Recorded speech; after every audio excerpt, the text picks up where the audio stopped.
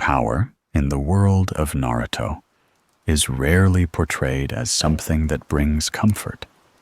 It does not arrive gently, nor does it settle easily into a person's life. Instead, it creates distance. Distance between individuals and their peers, between leaders and those they protect, and often between a person and their own sense of self. From the very beginning of the shinobi world, power has functioned less like a gift and more like a quiet separation from ordinary life. This separation does not begin when someone becomes strong. It begins when others realize they might. The shinobi world is instinctively wary of power, even as it depends on it. Those who show exceptional talent are watched more closely, relied upon more heavily, and understood less deeply. Expectations form before identities do. Responsibility arrives before choice. And slowly, almost imperceptibly, the person becomes a role. In Naruto's world, strength is not merely physical. It is political, emotional, symbolic. The strongest figures are asked to carry ideals larger than themselves. They are meant to represent villages, philosophies, futures. Their personal desires become secondary, then irrelevant. They are admired, respected, sometimes feared, but rarely known. This is where loneliness begins. Loneliness in Naruto is not always the absence of people. Often, it exists in crowds. It exists in the quiet realization that others see what you represent long before they see who you are. Power alters relationships asymmetrically. One person becomes essential, the others remain optional. One must think constantly about consequences. The others are free to act impulsively. One must endure in silence. The others are allowed to fall apart. From the earliest days of the shinobi era, power demanded emotional restraint. Vulnerability became a liability. Leaders could not afford to grieve openly. Protectors could not afford to hesitate. Strength was praised not for its humanity, but for its reliability. The strongest were those who could continue functioning even as pieces of themselves were quietly stripped away. The shinobi system reinforced this dynamic relentlessly. Children with potential were trained early, separated from normal childhood, shaped into tools before they could understand the cost. Exceptional ability did not earn freedom. It narrowed the path forward. Those who could do more were expected to do more, until choice became little more than a formality. Power also distorted perception.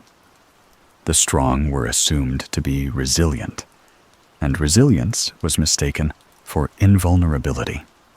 Pain expressed by powerful figures was often dismissed, minimized, or reframed as duty. If someone could endure battle, surely they could endure solitude. If they could protect others, surely they did not need protection themselves. This belief hardened into cultural expectation. The shinobi world learned to consume strength without asking what it cost. Heroes were celebrated in moments of triumph, but rarely accompanied in moments of doubt. The stronger someone became, the fewer people felt entitled to question how they were doing.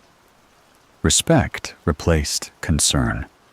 Distance replaced intimacy. Over time, power reshaped identity. Strong individuals began to see themselves as necessary rather than human. Their worth became measured by function, how much they could protect, how much they could endure, how much they could sacrifice. Rest felt undeserved. Weakness felt irresponsible. Loneliness became normalized, even internalized, as proof of maturity. This is why the most powerful characters in Naruto often speak less. Not because they lack emotion, but because they have learned that expressing it changes nothing. Their words carry consequences. Their vulnerability becomes precedent. Silence becomes safer than honesty. The loneliness of power is also reinforced by hierarchy. Leaders must stand above those they lead. They must make decisions that others cannot. They must choose who lives and who dies, who is protected and who is sacrificed.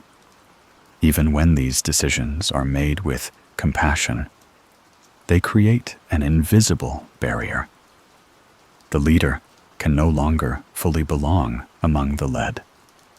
In Naruto, power rarely allows mutuality. Relationships become unbalanced. The powerful give more than they receive. They listen more than they are heard. They carry secrets that cannot be shared. Even friendships are filtered through responsibility. Every bond becomes something to protect, and therefore something that can be lost. This creates a subtle emotional isolation. The powerful are surrounded, yet alone, relied upon, yet unsupported, admired, yet misunderstood. Their inner world becomes increasingly private, not because they wish it to be, but because no one else can enter it without being crushed by its weight. The shinobi world praises those who shoulder this isolation without complaint. Stoicism becomes virtue. Endurance becomes morality. Those who falter under the weight of power are labeled unfit, regardless of how much they have already given. Strength must be constant, or it is treated as failure. Yet beneath this cultural armor, the loneliness remains. It accumulates quietly. It does not explode outward. It sinks inward. It reshapes motivation. It alters perspective. In some, it becomes resolve. In others, resentment. In a few, it becomes ideology. Naruto's world is filled with characters who respond differently to this isolation. Some accept it as necessary. Some reject it and break under its pressure. Some attempt to eliminate the world that creates it. But all of them are shaped by the same fundamental truth. Power separates. This series will explore that separation in all its forms, not just through Naruto himself, but through the leaders, founders, outcasts, and symbols that define the shinobi world. It will move slowly through their lives, not to judge them, but to understand the quiet cost they all pay. Because in Naruto, power is never just about strength. It is about standing alone so others do not have to. And the world rarely asks how heavy that silence becomes. Hashirama Senju is often remembered as a warm presence in a violent age, a man whose smile seemed to contradict the blood-soaked history around him. He is spoken of as the first Hokage, the founder of the village system, the one who dreamed of peace when peace felt impossible. Yet beneath this reputation lies a quieter truth. Hashirama's power placed him in a solitude that no amount of kindness could fully bridge. From an early age, Hashirama's strength separated him from others. Unlike many shinobi who grew into power through hardship and discipline, Hashirama's ability emerged almost naturally, as though the world itself moved more easily around him. This effortless strength made him exceptional, but it also made him different. Even among his own clan, Hashirama stood apart, not because he wanted to, but because no one else could fully share his experience of the world. Power, in Hashirama's case, did not harden him. It softened him. He became acutely aware of how fragile life was, how easily strength could erase it. This awareness shaped his dream of peace, but it also isolated him within that dream.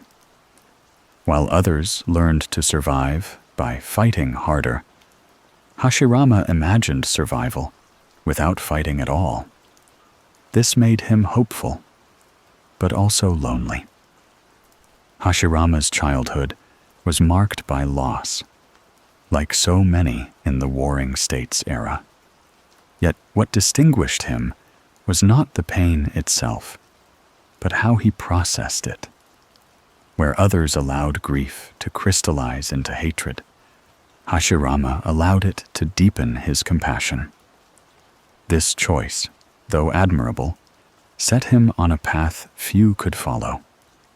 Compassion without resentment is difficult to share in a world built on revenge. Even his bond with Madara, one of the deepest connections in Naruto's history, reveals this isolation. Hashirama saw Madara not as an enemy, but as a reflection of himself, someone equally burdened by strength and loss. Their friendship was rare precisely because it bridged power and understanding.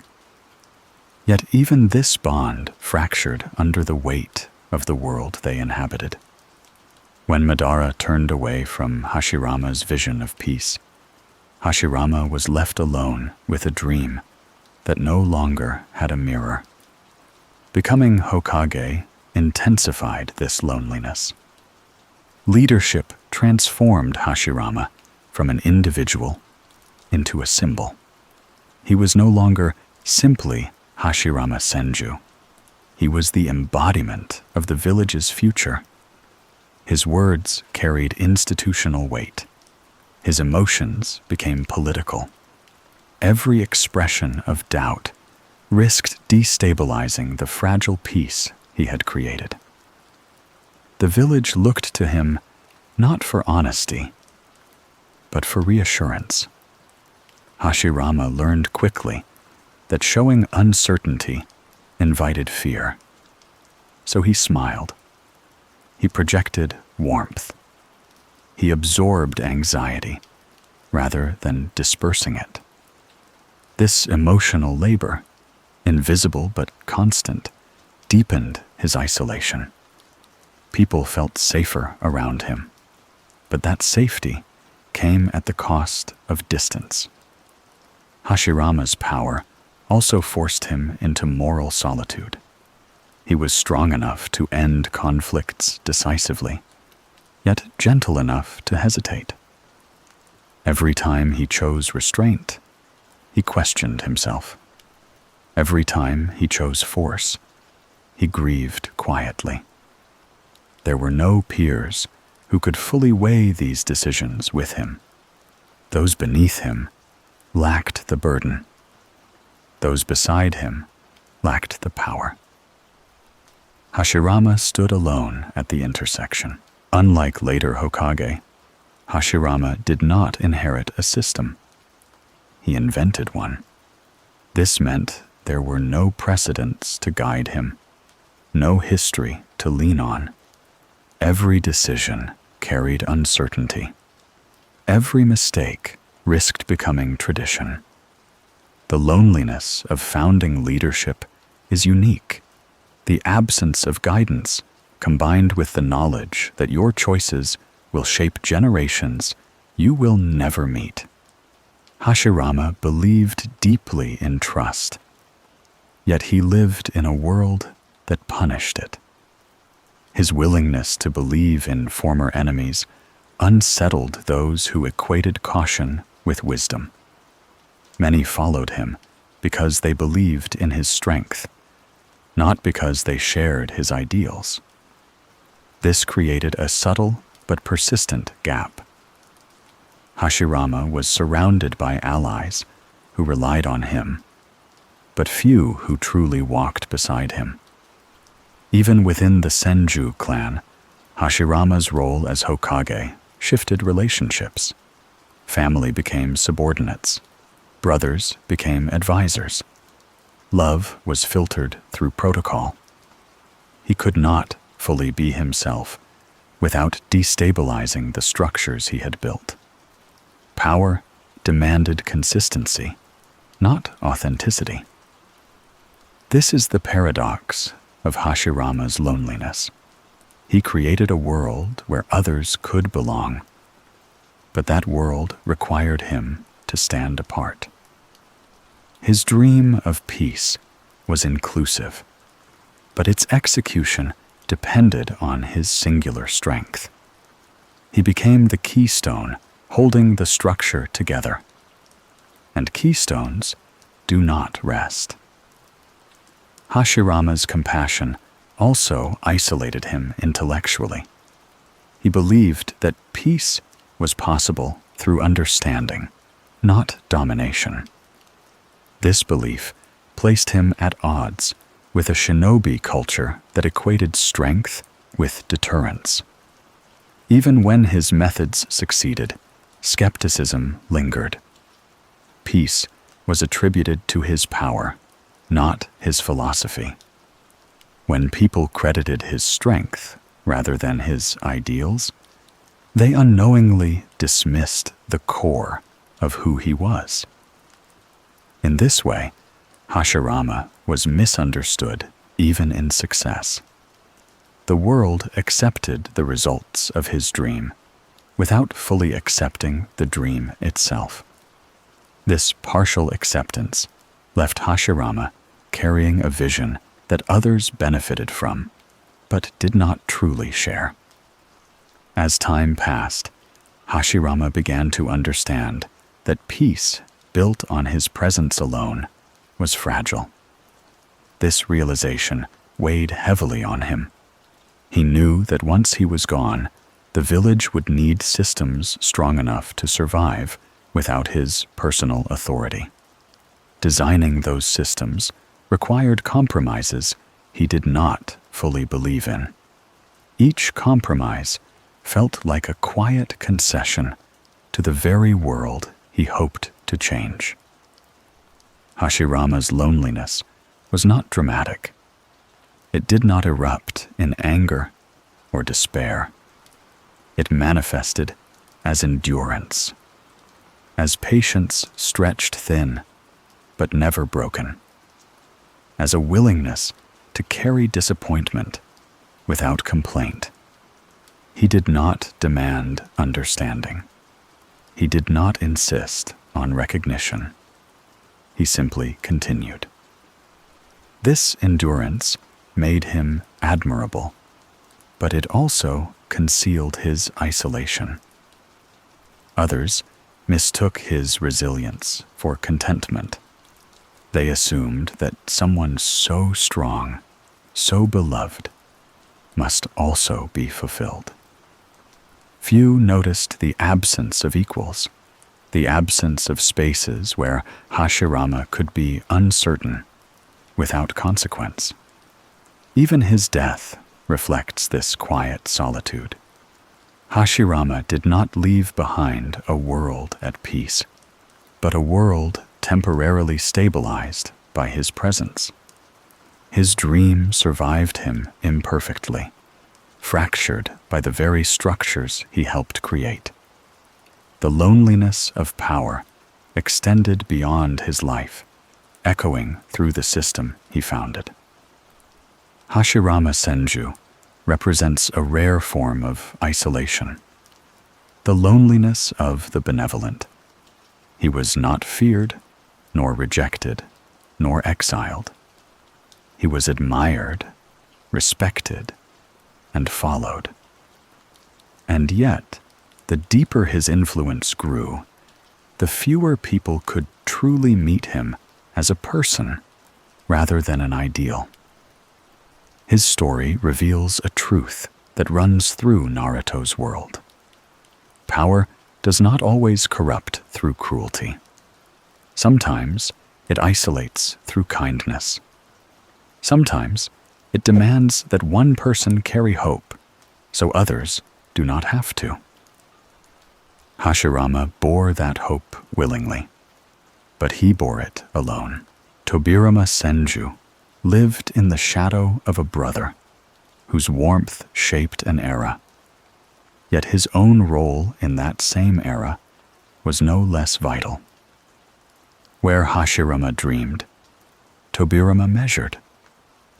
Where Hashirama reached outward in trust, Tobirama drew boundaries.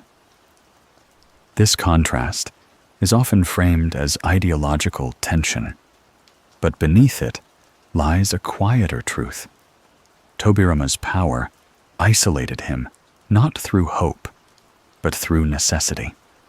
His loneliness was the loneliness of pragmatism in a world that preferred faith.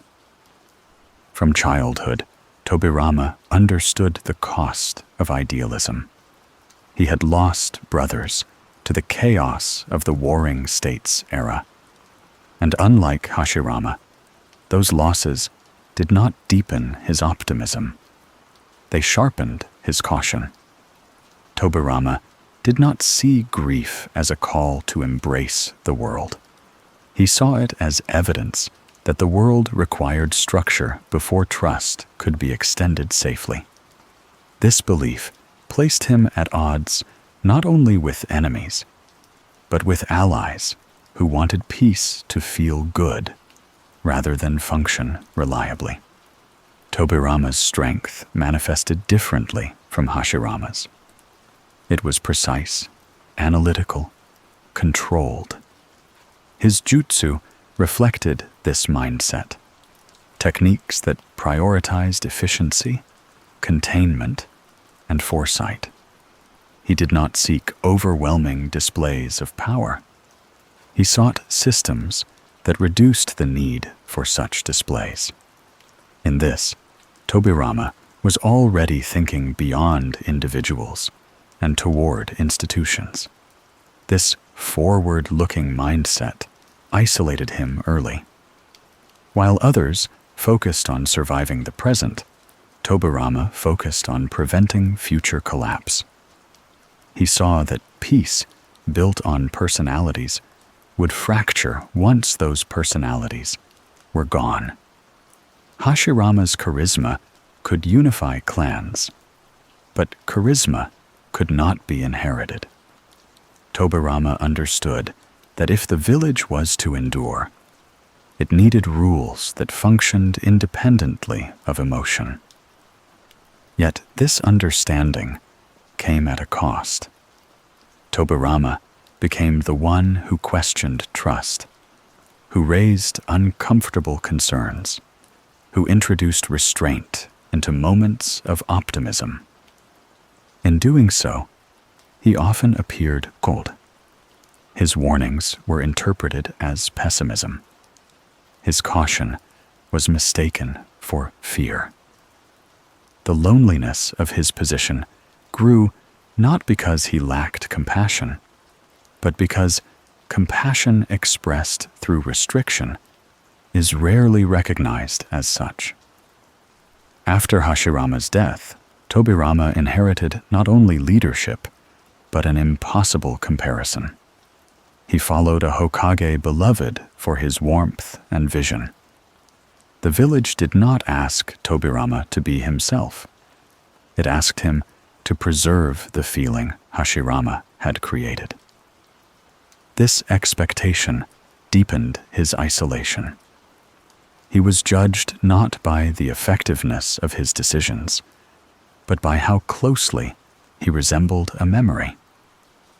As second Hokage, Tobirama formalized the structures that would define the shinobi world for generations. He established institutions, the academy, the ANBU, the missions system, that transformed ad hoc violence into regulated force. These systems were not expressions of cruelty, but of responsibility. Tobirama recognized that unregulated power led inevitably to abuse. Regulation was his attempt to prevent future suffering. However, regulation itself creates distance. Rules remove ambiguity, but they also remove intimacy. Tobirama's world was safer, but colder. Shinobi became operatives. Missions became assignments. Death became a statistic rather than a story. Tobirama accepted this trade-off because he believed unmanaged emotion had already proven too costly. This belief extended to his view of the Uchiha. Tobirama is often remembered for mistrust, but his stance was rooted in pattern recognition rather than prejudice. He had observed how emotional amplification through the Sharingan could escalate conflict. His solution was not extermination, but containment, placing the Uchiha within a system that limited their ability to destabilize the village. This decision would later be criticized, but at the time, it reflected Tobirama's central dilemma: how to protect a future he would never see from dangers that others refused to acknowledge. His choice isolated him morally. To make preventative decisions is to accept blame in advance. Tobirama carried that burden without reassurance. Unlike Hashirama, Tobirama did not seek emotional validation from the village. He did not attempt to be loved. He sought compliance, stability, continuity. This made him effective, but alone. He had few confidants because his thoughts were often unwelcome. People prefer leaders who echo their hopes, not those who warn them of their flaws. Tobirama's loneliness also came from foresight. He lived mentally in the future, anticipating crises before they arrived. This temporal displacement created isolation. While others enjoyed moments of peace, Tobirama prepared for their end. Vigilance became his default state. Rest felt irresponsible. Even his sacrifice reflects this pattern. Tobirama did not die in a moment of dramatic defiance or emotional revelation. He chose to stay behind methodically, calculating that his death would preserve the continuity of leadership. It was a decision rooted not in emotion, but in obligation. He accepted that his life was a variable to be expended for systemic survival. In doing so, Tobirama exemplified a form of power rarely celebrated. He was not inspirational. He was foundational.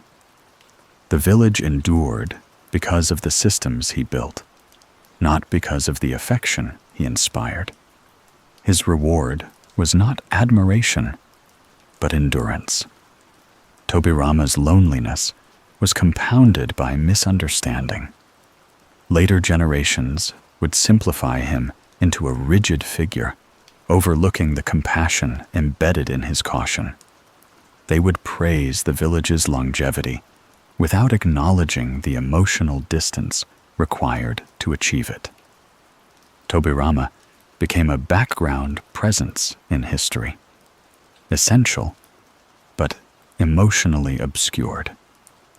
Unlike Madara, Tobirama did not attempt to resolve the contradictions of the shinobi world completely. He sought to manage them. This distinction matters. Tobirama believed suffering could be reduced through structure, even if it could not be eliminated. His realism was not resignation, but restraint. Yet restraint isolates. To constantly limit oneself and others for the sake of long-term safety is to stand apart from immediate emotional currents. Tobirama accepted this isolation because he believed leadership required it. He did not ask the world to understand him. He asked it to survive. In the end, Tobirama Senju represents the loneliness of those who build scaffolding beneath dreams. He was never meant to be celebrated in songs or remembered with warmth. He was meant to be relied upon, unnoticed, until his absence was felt. His power was not the ability to inspire hope, but the willingness to shoulder suspicion, to become the necessary barrier between idealism and chaos, to be remembered, if at all, as severe rather than sincere. And in the quiet endurance of that role, Tobirama stood alone, not because he lacked connection, but because the future he protected could not pause to thank him. Hiruzen Sarutobi's loneliness did not arrive in a single moment, nor did it form as a reaction to overwhelming power. Instead, it accumulated quietly over decades of responsibility, layered upon responsibility, compromise upon compromise, until leadership itself became a weight he could never fully set down. His isolation was not dramatic or explosive. It was gradual, almost invisible, shaped by time rather than ideology. Unlike Hashirama, who forged a new world, or Tobirama, who imposed structure upon chaos, Hiruzen inherited a system already burdened with expectations. He became Hokage not to redefine peace, but to preserve it. This distinction mattered deeply. Hiruzen's power was not rooted in vision or innovation, but in continuity. He was asked to keep the village stable, to maintain balance, to ensure that what had been built did not collapse under its own contradictions. At first, Hiruzen embraced this role with sincerity. He believed leadership could be compassionate without being weak, flexible without being careless. His philosophy leaned toward understanding rather than enforcement. Where others saw threats, Hiruzen often saw wounded people. Where others demanded punishment, he sought rehabilitation. This approach made him approachable, respected, and trusted. But it also laid the groundwork for his deepest solitude, because mercy, when practiced consistently, creates a unique isolation. it places the burden of unresolved consequences squarely on the one who grants it. Hiruzen quickly learned that every act of leniency carried a delayed cost. Decisions that spared suffering in the present often allowed it to resurface later, multiplied and displaced onto others. The pain did not vanish, it merely waited. And when it returned, it did so without acknowledging the mercy that had once restrained it. This awareness became a quiet companion to Hiruzen's leadership. While the village experienced peace, Hiruzen carried the knowledge that peace was provisional. While others celebrated stability, he monitored the fault lines beneath it. This vigilance separated him emotionally from those he governed. He could not relax into the peace he helped maintain, because he understood how easily it could unravel. Hiruzen's loneliness deepened through his role as a teacher.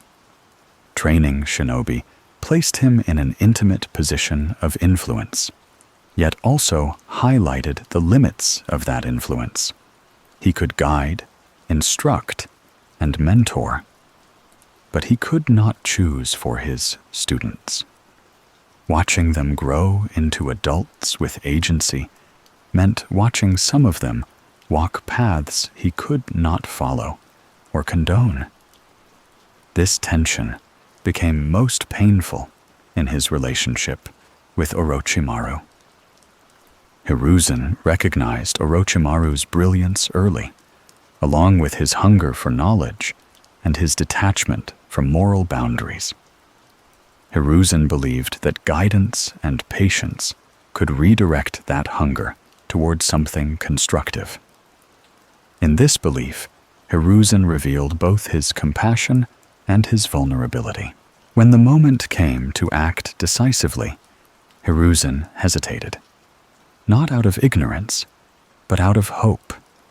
He hoped the bond between teacher and student might succeed where authority could not.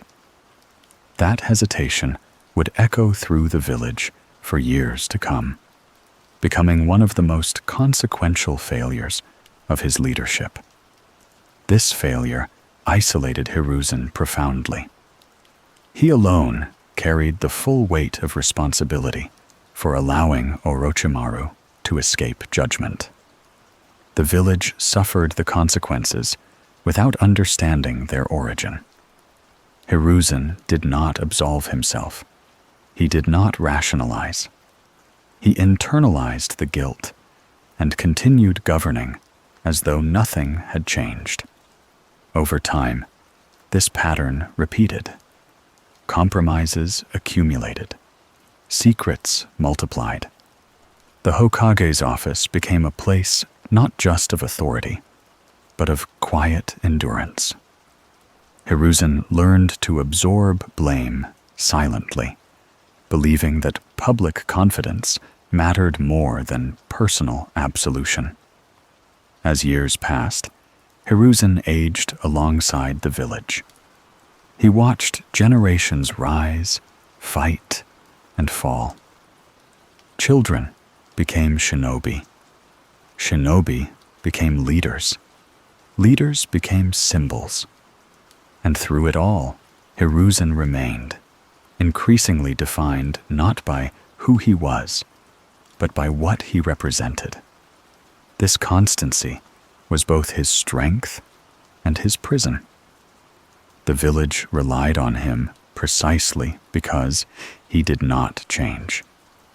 But stagnation carries its own cost. While the world evolved, Hiruzen became anchored to memory. He ruled not only the present, but the accumulated past, making decisions informed by decades of consequence. Hindsight became his constant companion. Every choice was weighed against previous outcomes. Every risk carried echoes of past mistakes. This awareness slowed him, making decisiveness feel dangerous. Critics would later label this hesitation as weakness, but in truth, it was the paralysis of responsibility. Hiruzen understood that power does not absolve one of doubt. It magnifies it. This isolation intensified in his later years. Younger shinobi revered him as a symbol of peace, unaware of the compromises that sustained it. Elders deferred to him, assuming experience could substitute for action. Few recognized the fatigue beneath his calm exterior, or the loneliness that accompanied prolonged vigilance. Even retirement offered no release. When crisis returned, so did expectation. Hiruzen was never allowed to simply be an old man. Power followed him until the end, refusing to loosen its grip. Naruto's childhood stands as one of the most painful reflections of Hiruzen's limitations. Institutionally, Hiruzen protected Naruto. He ensured the village upheld its obligations. But emotionally, Naruto remained isolated. Hiruzen believed systems could compensate for personal absence. This belief proved tragically insufficient. The failure to fully protect Naruto's childhood haunted Hiruzen more than political crises ever did. It revealed the gap between intention and outcome, a gap power could not bridge. Leadership required sacrificing the few for the many, yet those sacrifices never stopped being personal. Hiruzen carried this contradiction silently. He did not defend himself. He did not seek forgiveness. He simply continued, believing that endurance itself was his duty. When Hiruzen finally faced death, it was not as a conqueror or visionary, but as a caretaker, making one final correction. His sacrifice was not fueled by ambition, but by regret. He acted not to win, but to prevent further harm. It was a fitting end to a life defined by mitigation rather than transformation. Hiruzen Sarutobi represents the loneliness of prolonged responsibility. His power isolated him, not through domination, but through endurance. He lived long enough to see that even good intentions could harden into history, and that leadership offers no opportunity to begin again. He did not reshape the world like Hashirama, nor regulate it like Tobirama. He maintained it, and in maintaining it, he stood alone, burdened not by the absence of power, but by the knowledge of how imperfectly it could ever be used. Power, in the world of Naruto, is often described as something visible. It is measured in chakra reserves, destructive techniques, bloodlines passed down through generations, or the ability to bend the battlefield to one's will.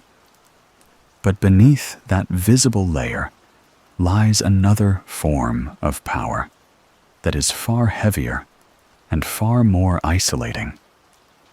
This is the power of command, the power to decide, the power that places one above others, not because of strength alone, but because responsibility has demanded it. This kind of power does not shout. It does not explode. It does not announce itself with lightning or fire. Instead, it settles quietly on the shoulders of those who carry it, pressing down over time, creating distance not through fear, but through inevitability. Those who hold command in the shinobi world often begin their journey with the same dreams as everyone else. They want recognition. They want peace. They want to protect something precious. Yet as they rise, step by step, those dreams become complicated by reality. A leader cannot act on emotion alone. A leader cannot save everyone. A leader cannot always choose the path that feels right. And so, slowly, the very position meant to protect others begins to isolate the one who holds it. The higher one stands, the fewer people there are who can truly stand beside them. Consider the Hokage, not as a symbol, but as a role. To the villagers, the Hokage is a guardian, a figure of reassurance, someone who will always have the answer. But to the Hokage themselves, the role is one of constant solitude. They are surrounded by people, yet rarely accompanied. Every decision they make ripples outward, affecting families, clans, and future generations. And because of this, they cannot confide freely. Doubt must be hidden. Fear must be mastered. Weakness must be buried. Even moments of grief must be measured, because a leader who falters publicly risks destabilizing the faith of the many. This is where loneliness begins to take root, not from being unloved, but from being unable to share the full weight of what one carries. When power reaches a certain height, honesty becomes dangerous. A leader may want to speak openly about their uncertainty, but doing so may cause panic. They may want to grieve deeply, but doing so may weaken morale. And so, piece by piece, they learn to speak less, reveal less, and feel more quietly. Over time, this silence becomes a constant companion. Hashirama Senju, often remembered as warm and idealistic, carried this loneliness despite his outward optimism. As the first Hokage, he bore the responsibility of uniting clans that had spent generations killing one another. Every treaty, every compromise, every act of mercy or restraint came with unseen consequences. Hashirama believed in peace, but belief alone did not make decisions easier. He had to balance his compassion with the reality that some threats could not be reasoned with. Even his friendship with Madara, once the most important bond in his life, became strained under the weight of leadership. When Hashirama chose the village over his friend, it was not because he stopped caring. It was because power demanded a choice that no one else could make for him. This pattern repeats across the shinobi world. Tobirama Senju, colder and more pragmatic, understood loneliness differently. He accepted distance as a necessity. To him, leadership was not about being understood, but about being effective. And yet, that acceptance did not erase isolation. It merely disguised it. Tobirama stood apart by design, believing that emotional closeness could cloud judgment. But even that choice carried a cost. The more he distanced himself, the more alone he became, locked within a role that required constant vigilance and sacrifice. Loneliness deepens further when power surpasses conventional limits. Those who become overwhelmingly strong often find themselves unable to relate to others at all. Their struggles are no longer shared struggles. Their fears are no longer common fears. When someone can alter the fate of nations, everyday concerns begin to feel distant, almost unreal. This creates an emotional gap that cannot be bridged by kindness alone. Others may admire them, fear them, or depend on them, but rarely can they understand them. Madara Uchiha exemplifies this kind of isolation. His power placed him beyond his peers, but it also severed him from them. Even when surrounded by allies, Madara stood alone in his perspective, his conclusions, his despair. He saw patterns others could not, but that vision came at the cost of connection. The more clearly he perceived the cycle of hatred, the less he believed anyone else truly grasped it. And so, his power did not bring companionship. It reinforced solitude. His strength became a wall rather than a bridge. This loneliness is not unique to antagonists or leaders. Even Naruto Uzumaki, who begins his journey craving acknowledgement, eventually encounters this isolation as he grows stronger. Early on, Naruto's loneliness comes from rejection and neglect. But later, it transforms. As he becomes someone others rely on, someone others look to for answers and hope, he begins to experience a different kind of distance. People believe in him, but they also project their expectations onto him. He becomes a symbol, and symbols are rarely allowed to be vulnerable. Naruto's greatest challenge is not merely defeating enemies, but remaining emotionally open while carrying immense power. Unlike those before him, he actively resists the isolating effects of leadership. He speaks his doubts. He shares his pain. He insists on bonds, even when power would allow him to stand alone. But this resistance requires constant effort. It is not the natural outcome of power. It is a deliberate choice against it.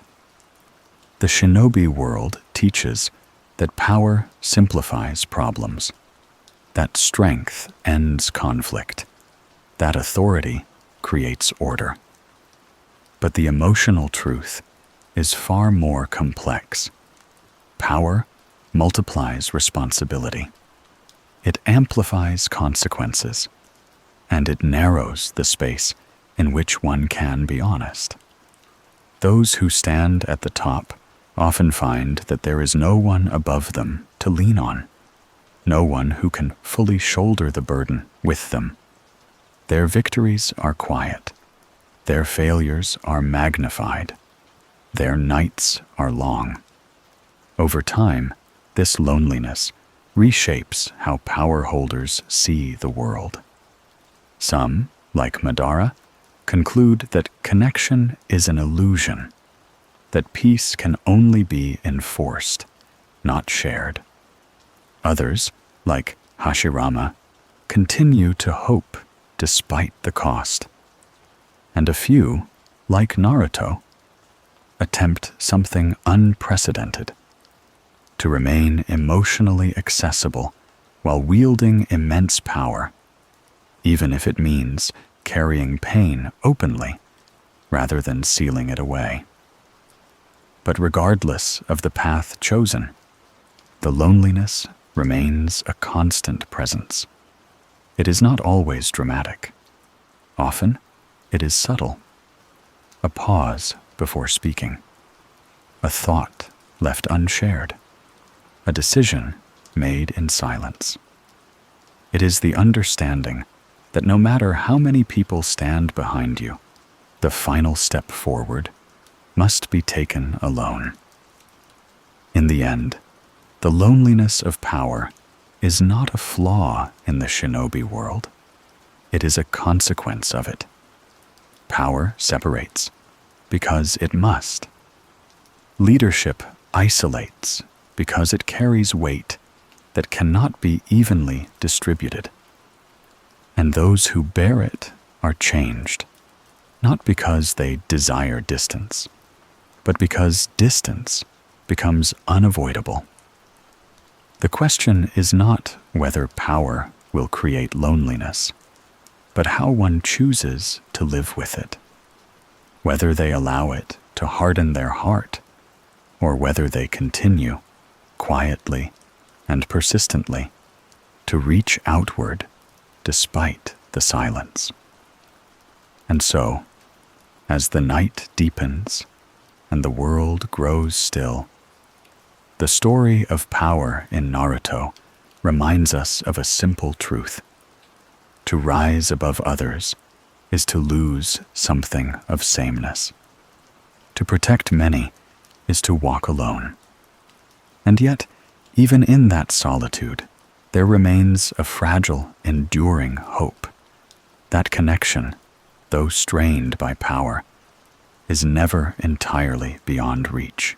In the world of Naruto, power reaches its most visible and symbolic form in the title of Kage. Hokage, Kazekage, Mizukage, Raikage, Tsuchikage, names that echo authority, protection, and overwhelming responsibility. To the villagers, the Kage are figures of reassurance. They are the ones who stand at the front during war, the ones whose decisions shape the future, the ones expected to remain calm when the world feels unstable. But behind this image of strength lies a quieter reality. The higher one rises, the more isolated one becomes. Power does not simply grant control. It creates distance. A Kage is never truly alone in a physical sense. They are surrounded by advisors, guards, and loyal shinobi. Their offices are filled with constant movement, reports, and demands. And yet, despite this constant presence of others, the Kage often experience a deeper, more persistent form of loneliness. It is the loneliness of responsibility, the knowledge that certain choices, once made, can never be undone, and that the weight of those choices must be carried alone. Leadership at this level requires a transformation of identity. The Kage can no longer act purely as an individual. Personal desires, fears, and doubts must be set aside in favor of the village's survival. Over time, this creates an invisible barrier between the Kage and everyone else. Even close companions begin to see them less as a person and more as a symbol. The Kage becomes an idea, stability, strength, authority, rather than someone who can openly struggle. Hashirama Senju, the first Hokage, is often remembered as warm, optimistic, and idealistic.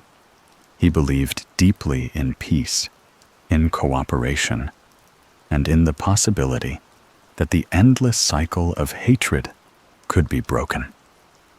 Yet Hashirama's power made him singular. There was no one else who could fully share his burden. His strength was so great that it forced him into a role no one else could occupy.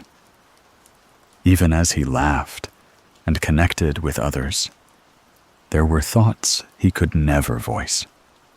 A Hokage who openly doubted peace would risk unraveling the fragile unity he worked so hard to create.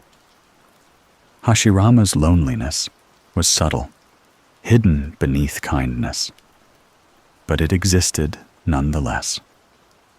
Tobirama Senju's loneliness took a different shape.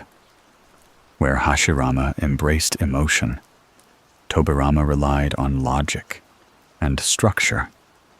He understood the dangers of idealism and chose caution instead.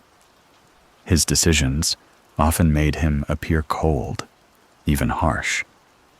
But this emotional distance was not accidental. Tobirama believed that leadership required separation. To protect the village, he had to think in terms of systems, rules, and long-term stability, rather than individual feelings. In doing so, he accepted a life where few could truly stand beside him. His power isolated him not because others rejected him, but because he believed closeness itself was a liability. Hiruzen Sarutobi, the third Hokage, represents yet another form of isolation, the loneliness of regret. He ruled longer than most, long enough to see the consequences of compromise and hesitation. As Hokage, Hiruzen was expected to embody wisdom and patience. But privately, he carried guilt for those he failed to protect, for the suffering he allowed to continue in the name of balance. His loneliness deepened with age. The more he knew, the less he could say. The village saw a calm leader, unaware of the silent weight pressing on him with every passing year. In the hidden sand, Gaara's rise to Kazekage highlights the contrast between authority and belonging. As a child, Gaara was completely alone, feared, hated, and treated as a monster. When he became Kazekage, that fear transformed into respect, but the distance remained. Power changed how people looked at him, not how close they stood. Gaara understood that leadership meant watching over others while suppressing his own pain. Though he valued connection deeply, his position demanded restraint. His loneliness was not erased by power. It was refined into something quieter and more controlled. The Raikage's loneliness often hides behind strength and aggression. His leadership style leaves little room for vulnerability. To lead a village that values power, he must embody it constantly. Grief, hesitation, and fear must be concealed. The Raikage stands alone not because he lacks allies, but because his role leaves no space for weakness. His power isolates him by forcing him into a rigid image he cannot escape. The Tsuchikage's isolation is shaped by time. Having lived through countless wars, alliances, and betrayals, he carries memories no one else can fully share. His loneliness comes from endurance, surviving long enough to see ideals erode and return in altered forms. Power keeps him standing, but it also keeps him awake, haunted by the repetition of history. Across every village, the pattern is the same. Power separates. The Kage must act with restraint, speak carefully, and suppress personal emotion. Their words carry consequences beyond themselves. This constant awareness creates distance not only from others, but from their own inner lives. Over time, the Kage learn to endure rather than express. Naruto Uzumaki's journey toward becoming Hokage is shaped by his gradual understanding of this truth. As a child, Naruto believed recognition would cure loneliness. As he grows, he realizes that leadership does not end isolation. It changes its form. Naruto's strength lies in his refusal to completely accept this separation. He seeks connection even as responsibility pulls him upward. Still, there are moments only he can face alone. The loneliness of power in Naruto is not dramatic or loud. It is quiet. It appears in long nights, distant gazes, and decisions made in silence. The Kage do not suffer openly. They endure. They carry the village's fears so others can sleep peacefully, unaware of the weight standing guard above them. Power, in this world, is not portrayed as fulfillment. It is portrayed as responsibility, accepted willingly, despite its cost. To stand at the top is to lose the comfort of equals. And yet, the Kage continue to lead, not because it brings happiness, but because someone must bear the burden. This is the loneliness of power, standing above everyone, protecting everyone, while belonging to no one.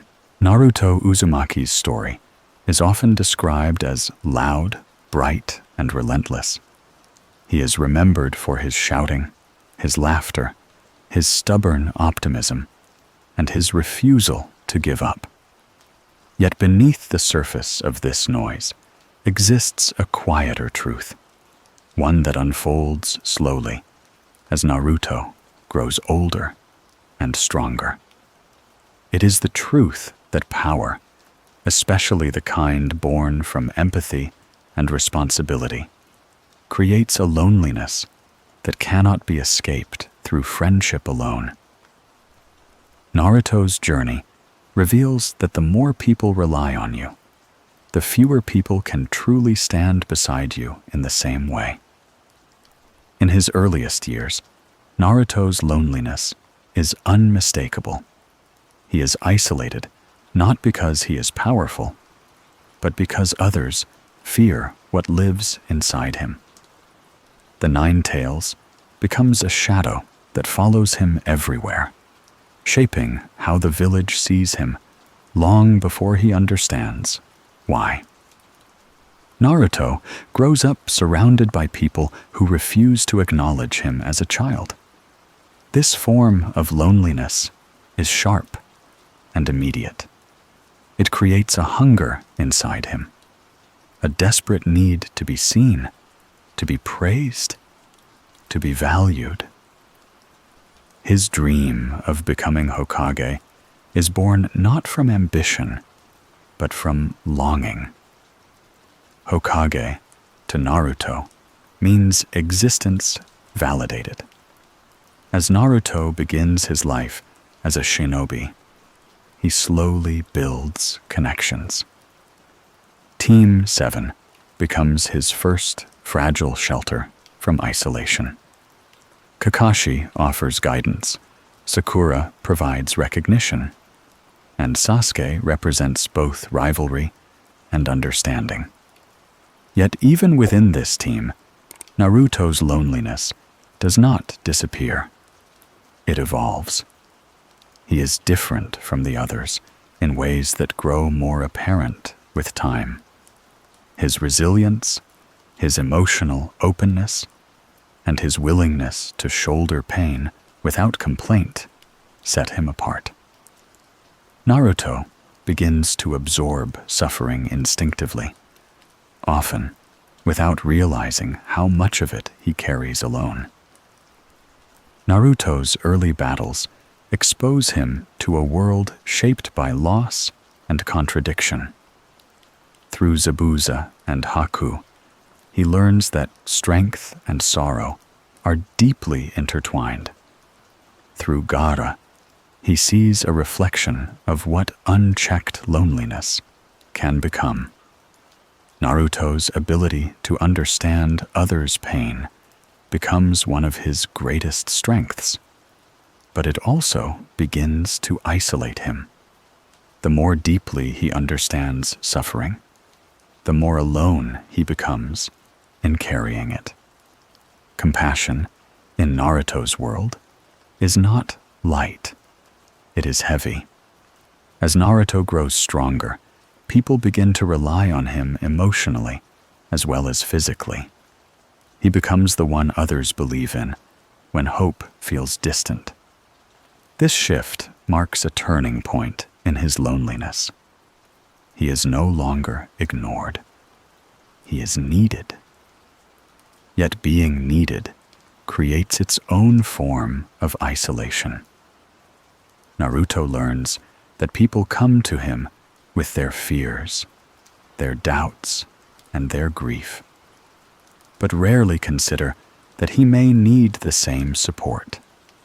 His strength becomes a foundation others stand on, even as that foundation quietly cracks under pressure. The death of Jiraiya is a defining moment in Naruto's relationship with loneliness.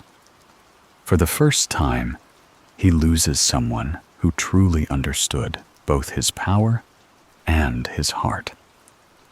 Jiraiya did not just train Naruto. He shared the burden of belief, the weight of hope placed on a single individual.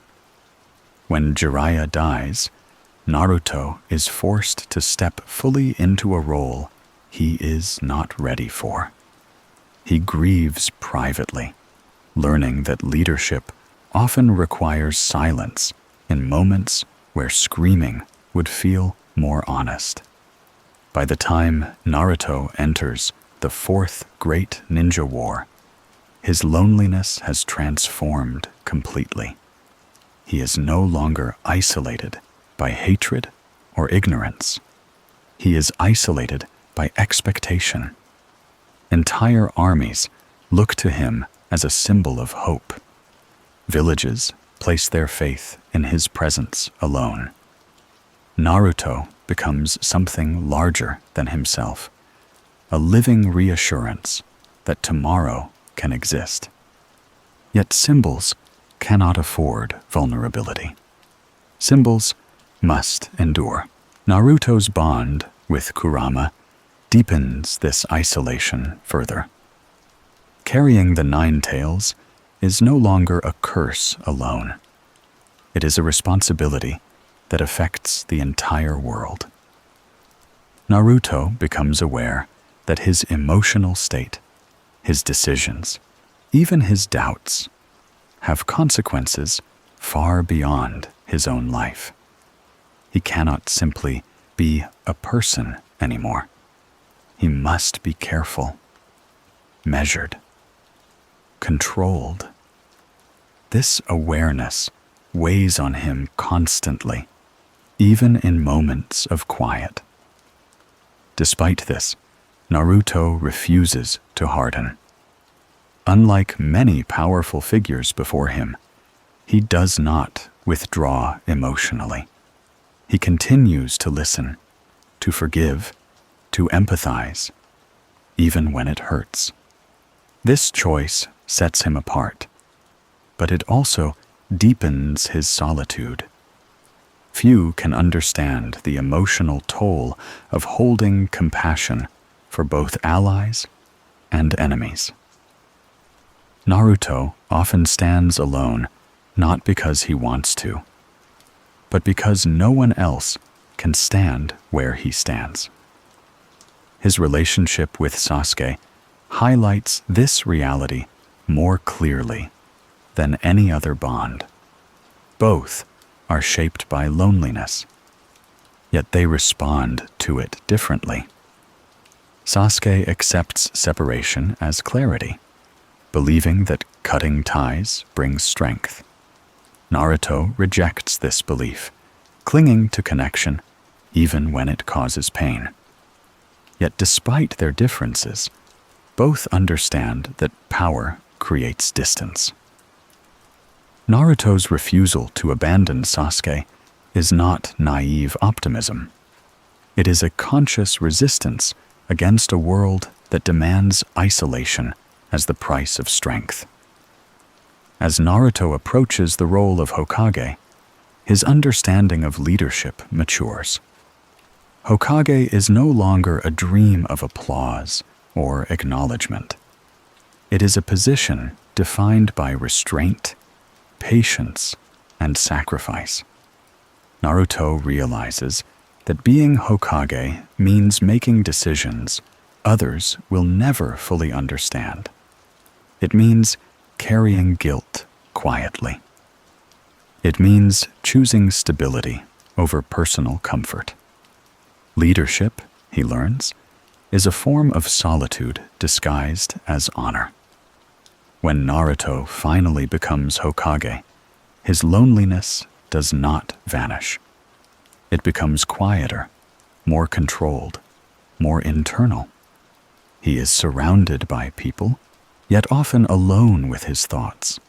His days are filled with responsibility, his nights with reflection.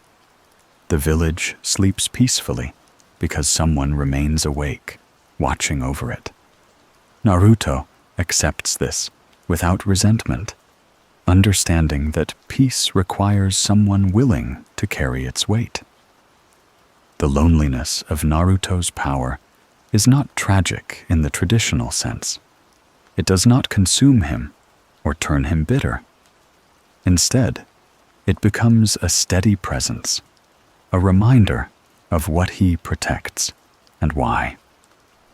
Naruto's strength lies not in escaping loneliness, but in refusing to let it define him. He allows himself moments of connection, but he does not deny the reality that some burdens must be carried alone.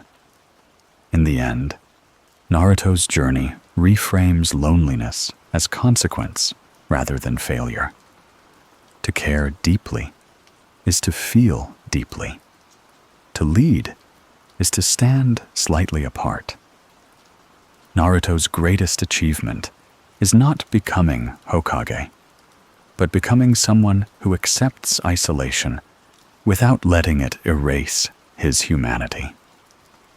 His loneliness becomes purpose, a quiet, enduring sacrifice made so others may never feel as alone as he once did.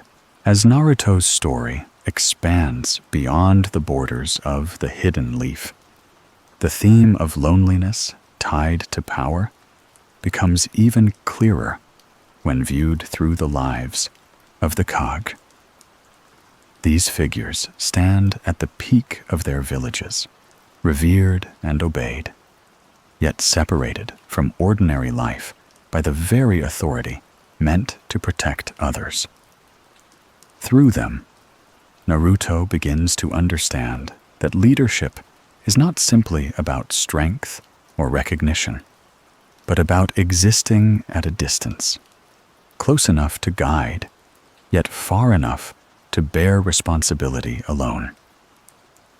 The Kage Summit is one of the first moments where Naruto witnesses this isolation directly. The leaders of the great nations gather not as friends, but as symbols of entire histories, rivalries, and unresolved pain. Each Kage speaks not for themselves, but for thousands who will never meet them. Their words are heavy with consequence, and their silences even heavier. Naruto senses that these leaders cannot afford emotional honesty in the same way ordinary people can. Every expression, every hesitation is measured. Authority demands control, and control slowly erodes intimacy. Gaara, as the Kazekage, embodies this truth most clearly.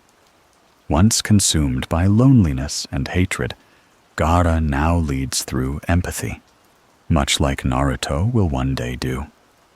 Yet even Gaara, despite his calm demeanor and wisdom, stands apart. His role forces him into solitude, even among allies. Naruto recognizes this immediately, sensing in Gaara a future version of himself. Their shared understanding does not erase loneliness. It merely allows it to be acknowledged silently. Other Kage reveal different responses to isolation. Some harden themselves emotionally, turning authority into armor. Others grow suspicious, trusting only power and strategy. Naruto begins to see that leadership shapes people not just through decision-making, but through emotional deprivation.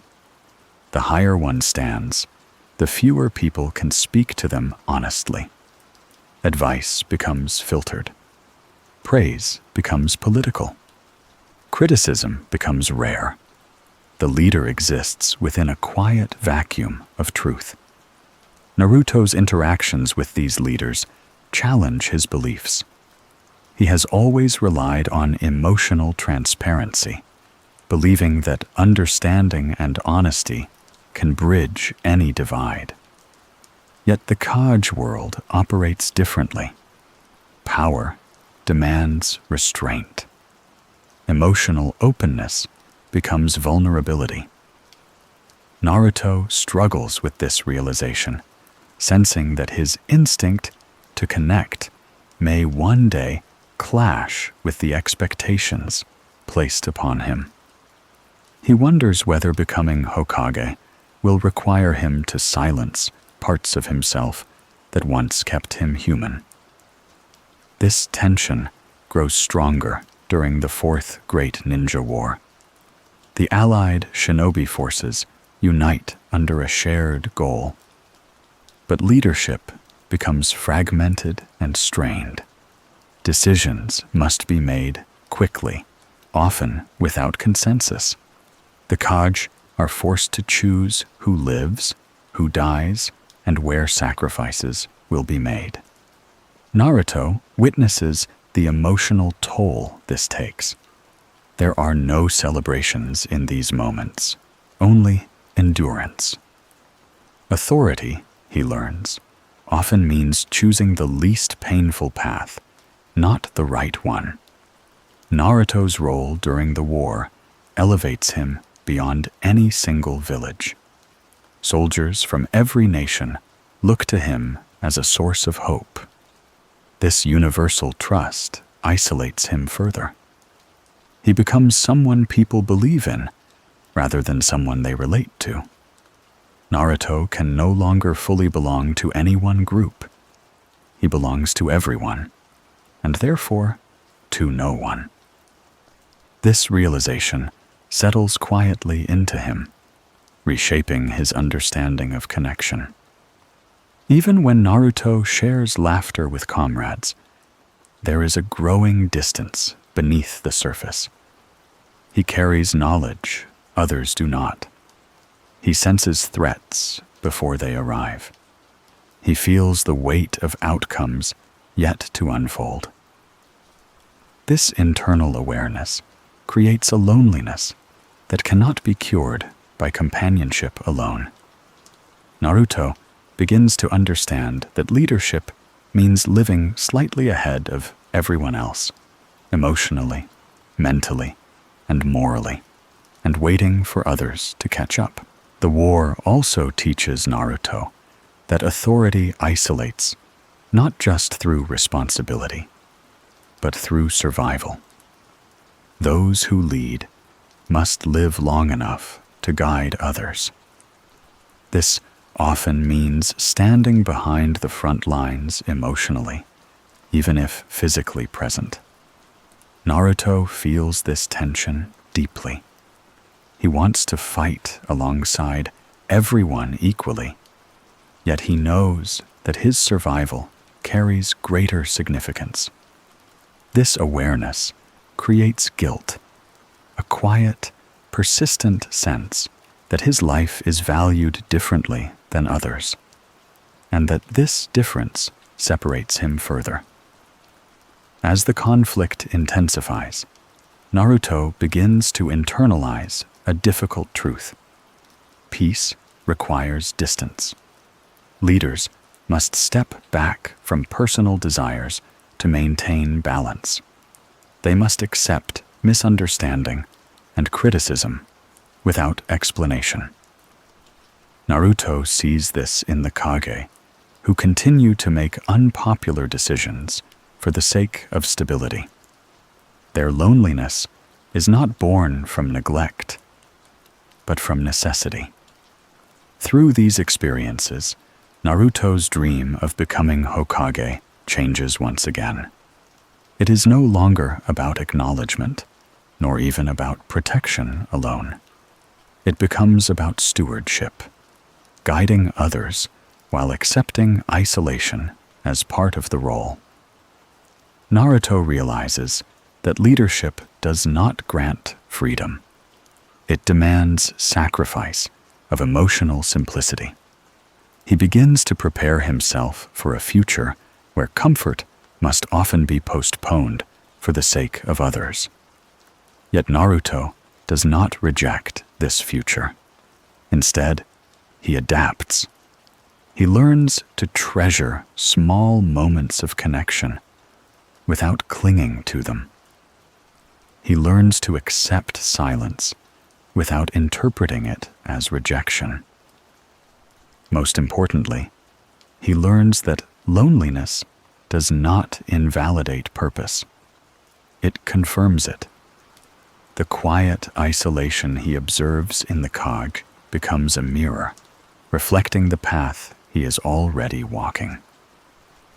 By the end of the war, Naruto stands changed.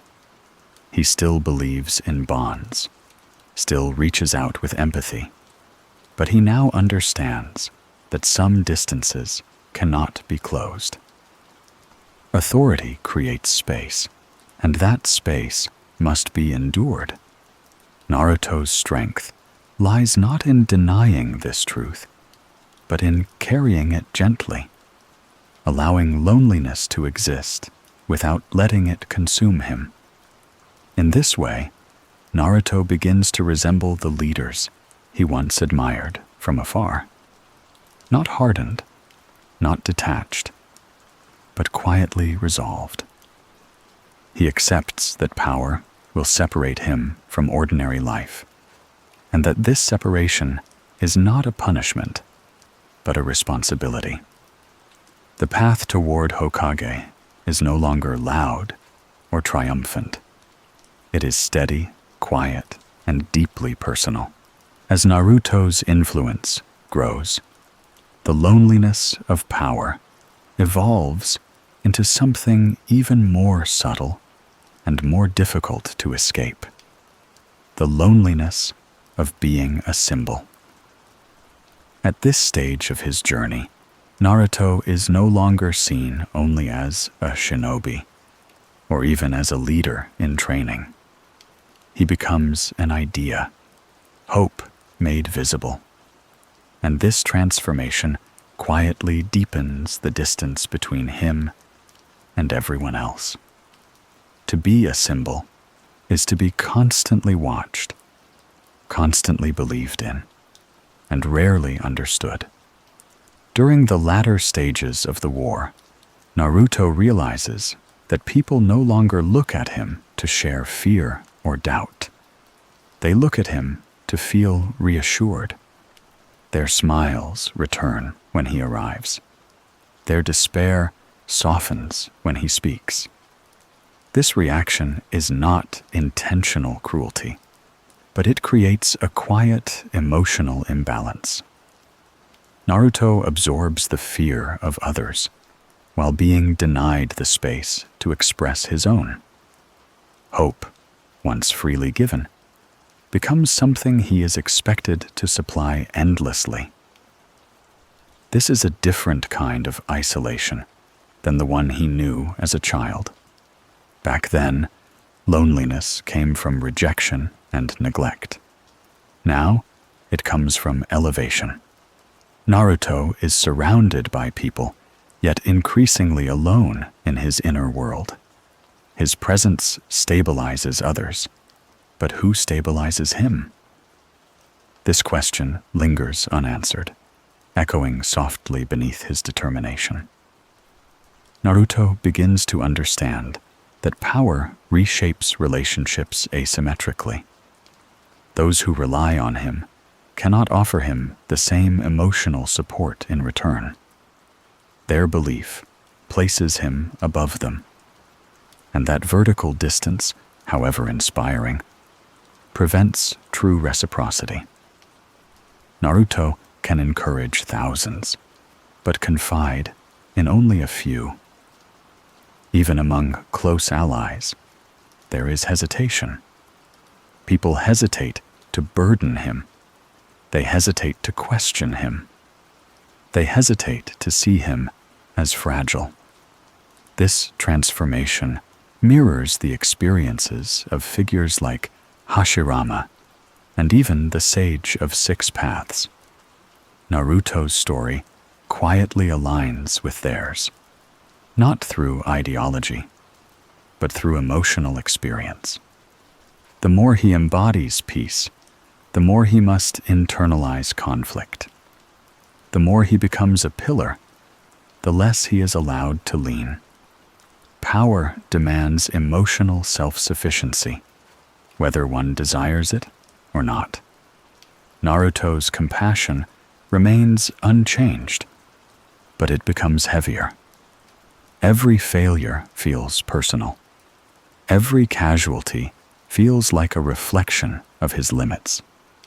He carries not only responsibility, but expectation, a constant pressure to succeed where others cannot. This expectation isolates him further, because disappointment would not merely affect him, but shatter belief itself. Naruto begins to sense that he must remain strong, not just for victory, but for morale. There is a quiet tragedy in this role. Naruto, who once longed for acknowledgement, now receives more acknowledgement than he can bear. It arrives without intimacy, without closeness. People cheer his name, but they do not sit beside him in silence. They celebrate his resolve, but they do not ask how much it costs him. The crowd replaces the companion, and the symbol replaces the person. This is where Naruto's internal strength is truly tested. Physical endurance has never been his weakness. Emotional endurance, however, becomes the new battlefield. Naruto must learn to carry the weight of belief without letting it hollow him out. He learns to ground himself, not in praise, but in purpose. He reminds himself why he chose this path, not to be admired, but to ensure others would never feel as alone as he once did. Even so, moments of quiet doubt emerge. Naruto wonders whether peace achieved through symbolic strength can ever be sustainable. If hope depends on one individual, what happens when that individual falters? This thought troubles him deeply. It pushes Naruto to seek a future where strength is shared, not centralized, where leadership empowers others rather than replacing them. Yet, paradoxically, Naruto's presence continues to concentrate emotional reliance. People look to him instinctively. He becomes a rallying point, a living reassurance. Naruto cannot reject this role without harming those who depend on him. Accepting power, he learns, means accepting dependency, and dependency breeds isolation. Naruto's conversations with Sasuke further sharpen this realization. Sasuke understands isolation from the opposite direction, rejection rather than admiration. Where Naruto is lifted up, Sasuke is pushed away. Yet both stand alone at the extremes of human connection. Their bond exists precisely because they recognize this shared solitude. Naruto senses that their conflict is not merely ideological, but emotional. Two responses to the same unbearable weight of existence. As Naruto moves closer to the end of the war, his understanding of power matures. He no longer sees strength as something that liberates. Strength confines. It narrows options. It forces consistency. A symbol cannot contradict itself without consequences. Naruto must remain steady, even when uncertainty rises within him. He must embody hope, even when hope feels distant. In quiet moments between battles, Naruto reflects on the irony of his journey. He once shouted his dreams aloud, desperate to be seen. Now, his dreams are projected onto him by others. His individuality slowly dissolves into collective expectation. And yet, rather than resisting this transformation, Naruto adapts. He learns to protect the small inner self that still exists beneath the symbol. This adaptation is subtle and deeply human. Naruto does not become cold or detached. Instead, he becomes intentional. He chooses moments of solitude not as punishment, but as preservation. He learns to sit with his thoughts, to accept silence, to endure loneliness, without letting it define him. Power may isolate him, but it does not strip him of meaning. By embracing this solitude, rather than fearing it, Naruto transforms Eppon's isolation into resolve. He accepts that being a symbol means sacrificing emotional immediacy for long-term peace. This sacrifice is invisible, uncelebrated, and deeply personal. But Naruto accepts it willingly, because he knows what the alternative feels like, a world where no one stands strong enough to be believed in. As this part of Naruto's journey closes, the loneliness of power reveals its final truth. It is not a flaw of leadership, but its shadow. Naruto walks forward, not because the path is easy, but because he understands what happens when no one does. And so he continues, carrying hope alone, not because he must, but because he chooses to. Power in the shinobi world has always carried a quiet, isolating gravity. And by the time history reaches its most influential figures, that gravity becomes almost unbearable. This is where the loneliness of power fully matures, no longer subtle or theoretical, but lived day after day as a constant emotional condition.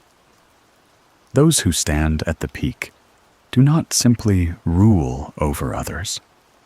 They exist apart from them, separated by experience, responsibility, and the irreversible knowledge that their choices shape lives they will never fully know.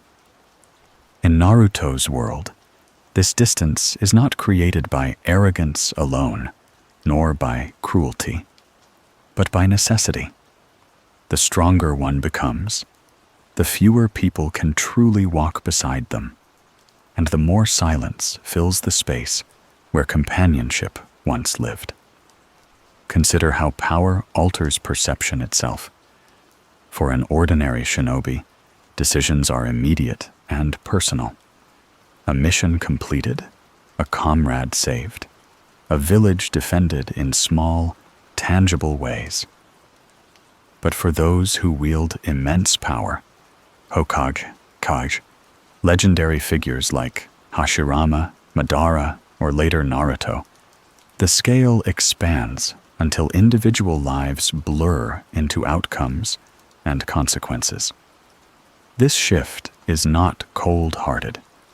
It is overwhelming. When every action ripples across thousands of lives, emotional closeness becomes dangerous. Attachment clouds judgment. Hesitation costs lives. And so, consciously or unconsciously, those at the top begin to distance themselves, not because they do not care, but because caring too deeply would break them.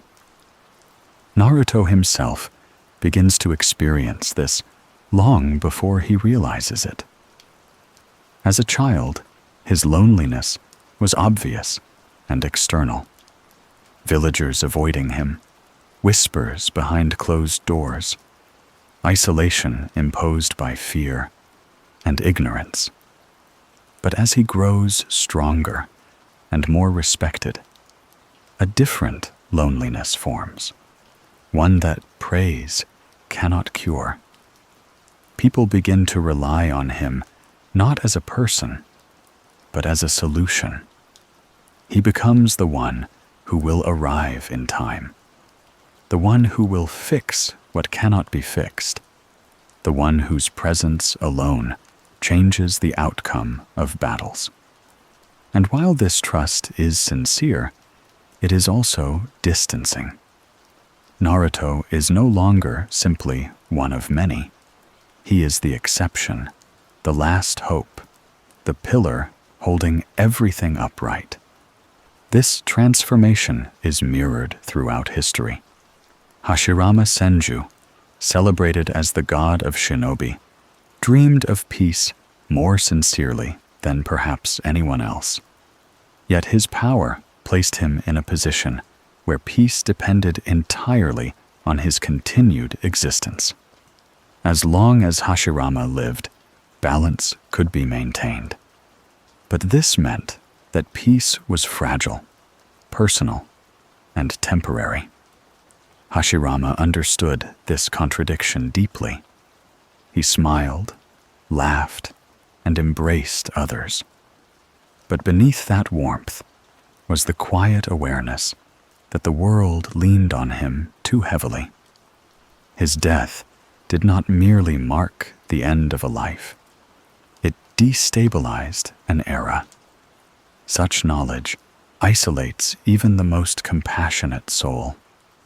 Madara, in contrast, perceived this loneliness as proof that the system itself was broken. Where Hashirama accepted the burden, Madara resented it. To him, power did not just separate the strong from the weak. It revealed the futility of connection altogether. The stronger one becomes, the more they see patterns others cannot, the more they recognize cycles of betrayal, fear, and violence repeating endlessly. Madara's loneliness was not merely emotional, it was philosophical. He stood alone because he believed no one else truly understood the world as it was, only as they wished it to be.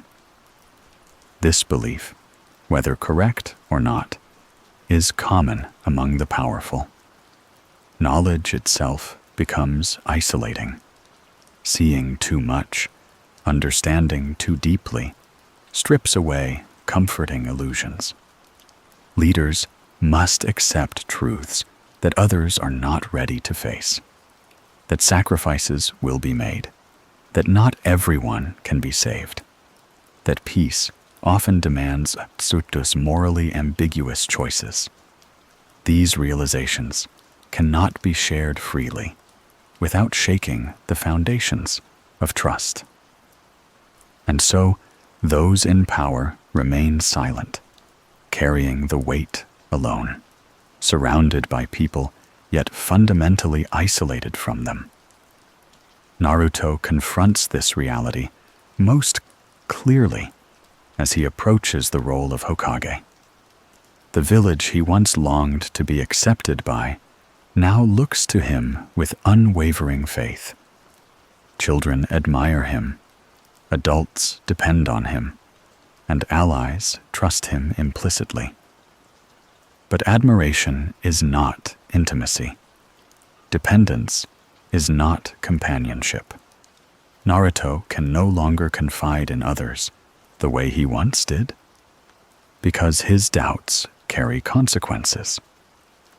If he hesitates, others lose confidence. If he breaks, the village trembles. And so, strength becomes a performance, a constant reassurance offered to others at the cost of personal vulnerability. This is the quiet tragedy of power in the Naruto universe. The stronger one becomes, the less room there is to be human. Weakness is no longer allowed, not because it disappears, but because it must be hidden. Leaders cannot afford visible despair. Legends cannot publicly question themselves. Even moments of grief must be carefully contained, expressed privately, if at all. The world needs its symbols intact, and symbols are not allowed to rest. Yet despite this isolation, Naruto does something extraordinary. Rather than rejecting the loneliness of power or surrendering to it completely, he attempts to transform it. He acknowledges that he cannot be equal to everyone anymore, but he refuses to become unreachable. This balance is imperfect and exhausting. It requires constant emotional labor, constant empathy, constant reminders of why he chose this path in the first place. Naruto carries the loneliness not as proof of separation, but as a reminder of responsibility, to remain connected even when connection becomes difficult. This choice sets him apart from those like Madara, who allowed isolation to harden into detachment.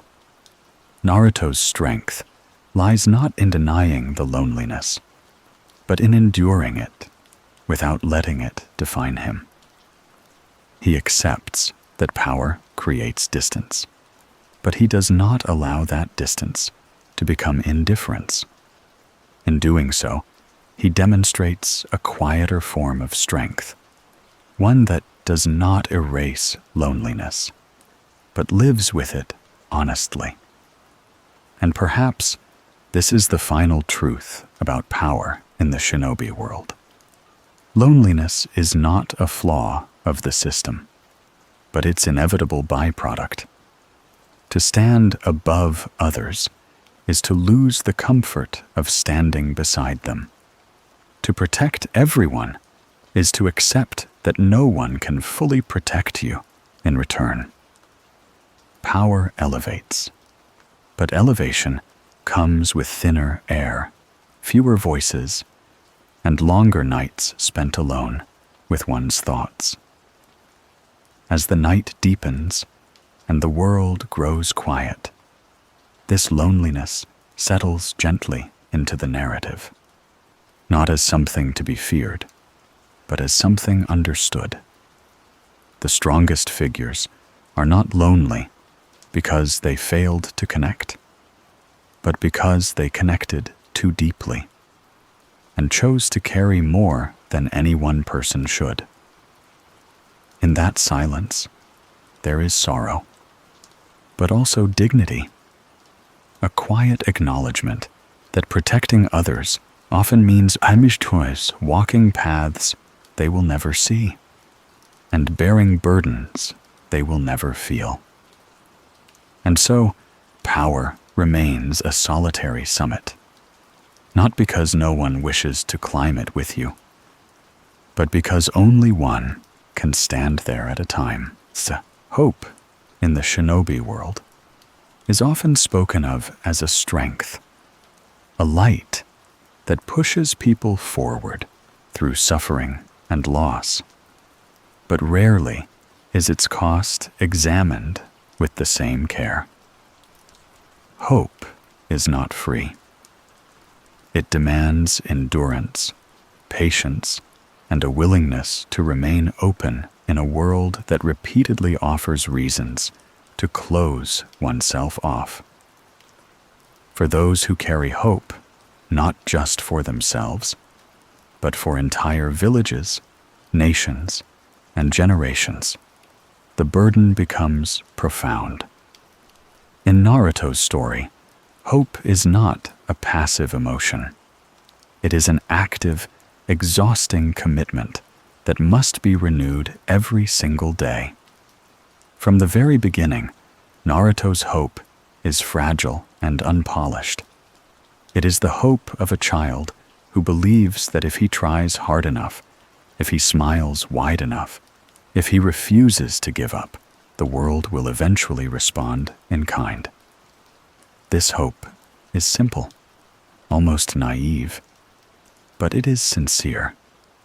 And sincerity, in a world shaped by deception and trauma, is both rare and dangerous. Every time Naruto is rejected, mocked, or dismissed, that hope is tested. Yet instead of letting it fade, he clings to it more tightly, as though releasing it would mean accepting the version of the world that others have already surrendered to. As Naruto grows older, his hope matures, but it does not become lighter. It becomes heavier. No longer is it only about being acknowledged or forming bonds. It becomes about preventing loss, ending cycles of hatred, and proving that pain does not have to lead inevitably to cruelty. This form of hope is far more demanding. It requires Naruto to constantly place himself between suffering and those who cause it, absorbing the emotional weight of both sides. He must understand the pain of victims without dehumanizing those who inflicted it. He must believe in redemption even when evidence suggests otherwise. This is where hope begins to extract its quiet cost. To hope deeply is to remain vulnerable. It is to allow the pain of others to pass through you, rather than deflecting it. Characters like Nagato, Obito, and even Sasuke at various points choose to abandon hope not because they lacked it, but because it hurt too much to sustain. Hope, when betrayed repeatedly, becomes unbearable. Giving up on it can feel like relief, like rest after a long and thankless struggle. Naruto, however, refuses that rest, and in doing so, he accepts a form of exhaustion that never truly fades. Every person he tries to save leaves an imprint on him. Every failure lingers longer than every success. The world sees his victories, but it does not see the quit moments afterward, when the weight of what could not be prevented settles in. Hope requires memory. It does not forget the dead. It does not ignore the scars. It carries them forward as motivation, even when they ache. This is why Naruto's optimism is often misunderstood. From the outside, it can look effortless, even reckless, but beneath it lies a constant internal struggle to keep believing, despite overwhelming evidence that belief alone is not enough. Naruto knows this better than anyone. He knows that effort does not guarantee outcomes, that good intentions do not erase consequences, that some wounds never fully heal. And yet, he continues to hope anyway, not because he believes it will always work, but because abandoning it would mean surrendering to despair. The cost of this choice is subtle but relentless. Naruto cannot afford the numbness that others embrace. He cannot retreat into cynicism or detachment. He must remain emotionally present in a world that continuously inflicts emotional harm. This presence is what allows him to reach others, but it is also what leaves him exposed. Every tragedy strikes him not as a distant event, but as something personal, something he feels responsible for, even when it lies beyond his control. Hope also isolates. Those who still believe can feel painfully alone among those who have stopped trying. Naruto often finds himself standing opposite characters who are not evil in intention, but exhausted in spirit. They have seen too much, lost too much, and hope now feels like an insult rather than a comfort. To them, Naruto's belief seems unrealistic, even childish. And yet, it is precisely this refusal to conform to despair that unsettles them. Hope, when genuine, confronts others with what they have given up. And that confrontation can be uncomfortable, even painful. This dynamic plays out repeatedly throughout the story. Naruto does not defeat his greatest adversaries solely through strength, but through persistence of belief. He forces them to face the possibility that their suffering did not have to define them completely. And while some accept this, others resist it fiercely, because accepting hope means reopening wounds they have long sealed shut. In this way, hope becomes both an offering and a challenge. As Naruto steps further into leadership, the cost of hope expands beyond himself. He becomes a symbol of possibility for others, and symbols cannot falter without consequence. If Naruto were to lose faith publicly, even briefly, it would ripple outward, shaking the confidence of those who depend on him. This pressure forces him to carry hope not only as a personal value, but as a public responsibility. He must believe not only for himself, but for everyone watching him. And yet, despite this immense weight, Naruto never allows hope to harden into arrogance. He does not assume that believing makes him superior. Instead, he treats hope as a choice that must be made again and again, often in the face of overwhelming doubt. This humility is what preserves his humanity. He does not deny the pain of the world. He acknowledges it fully, then chooses to continue anyway. In the quiet moments when battles have ended and voices have faded, hope becomes less about grand ideals and more about endurance.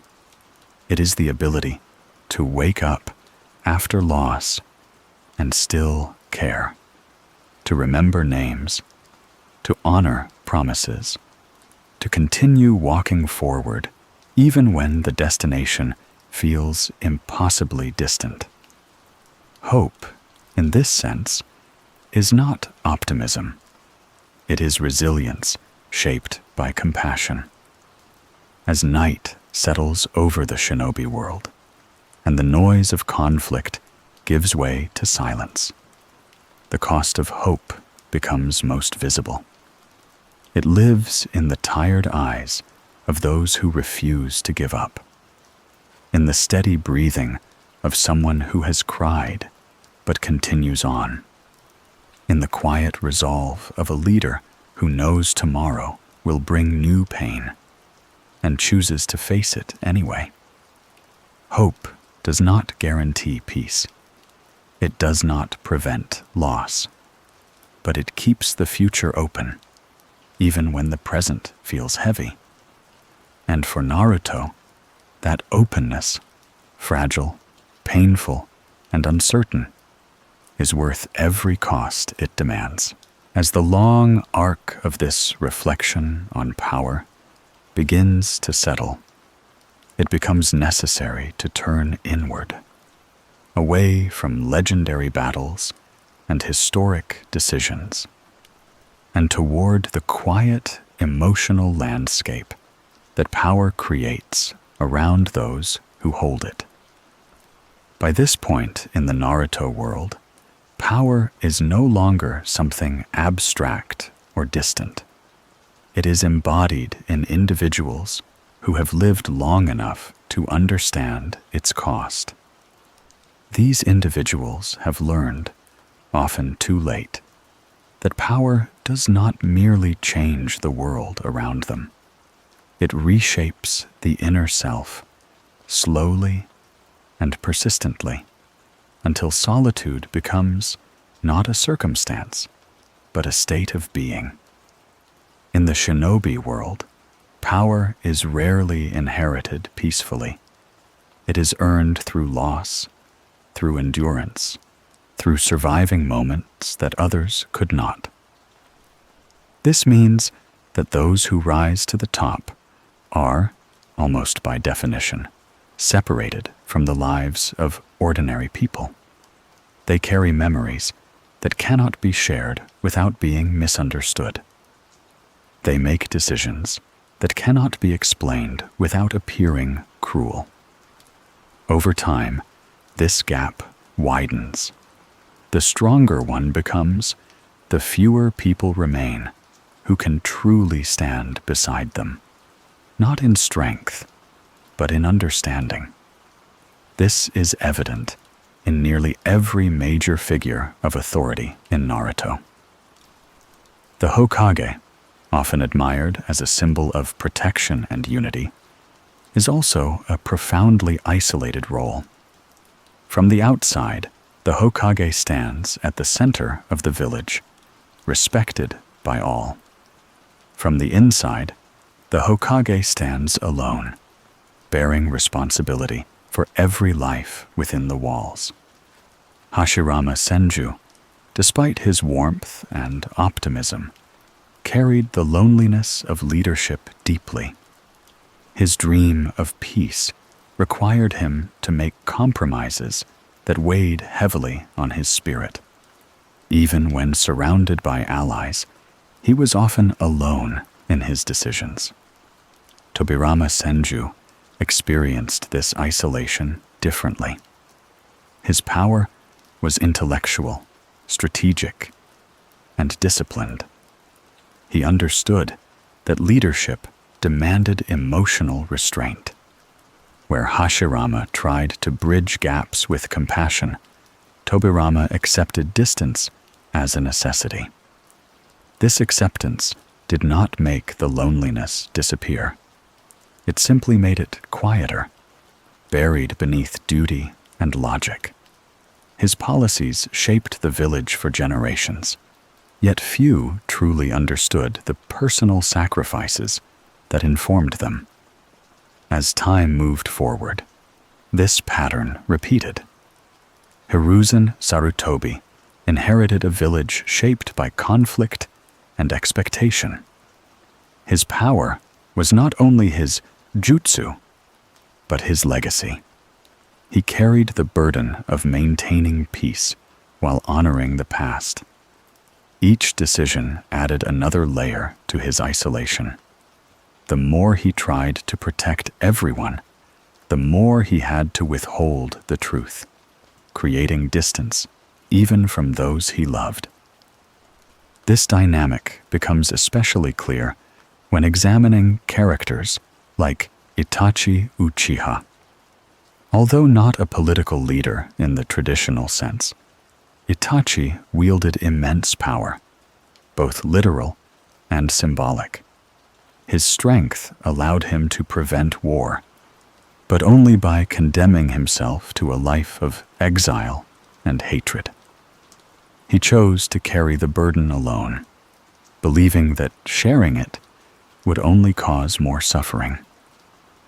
In doing so, he embodied one of the core truths of power in Naruto.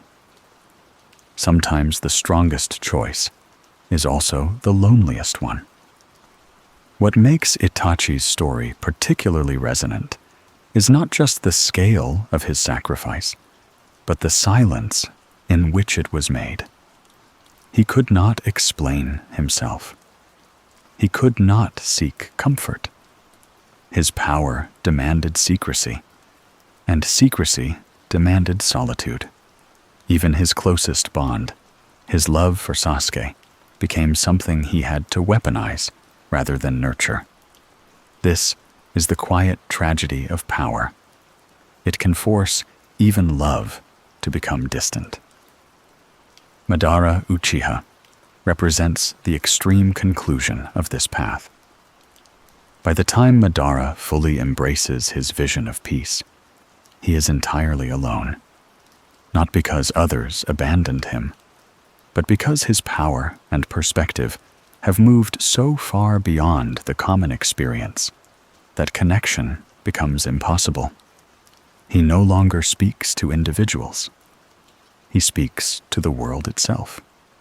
His loneliness is not marked by sadness in the conventional sense, but by detachment. When one believes they alone can see the truth, companionship becomes irrelevant and eventually unreachable. Yet Naruto Uzumaki himself offers a contrasting perspective.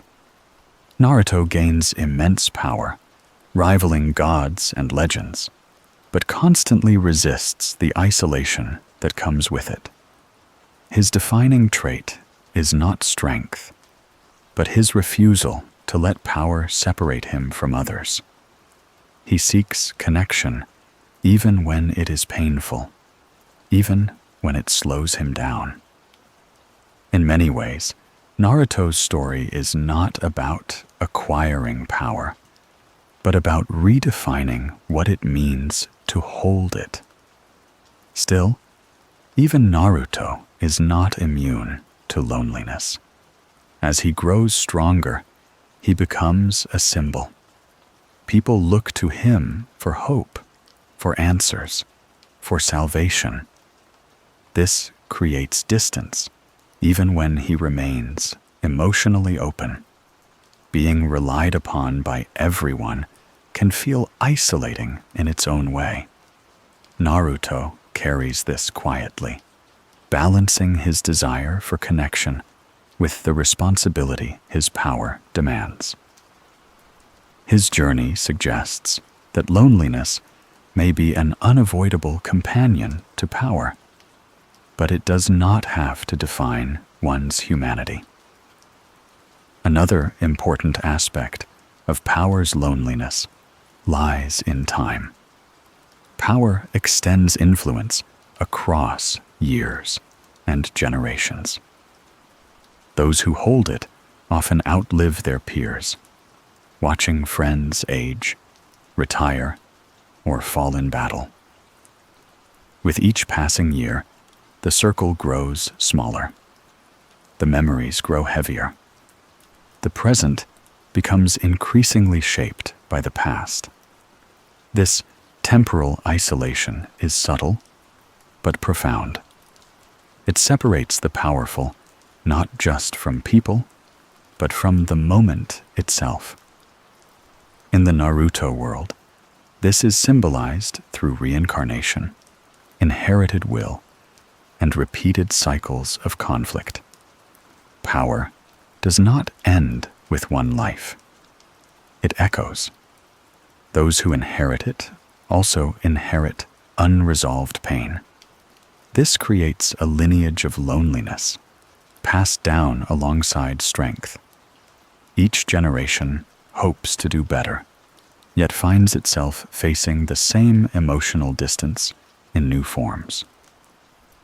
What emerges from all these stories is a central realization.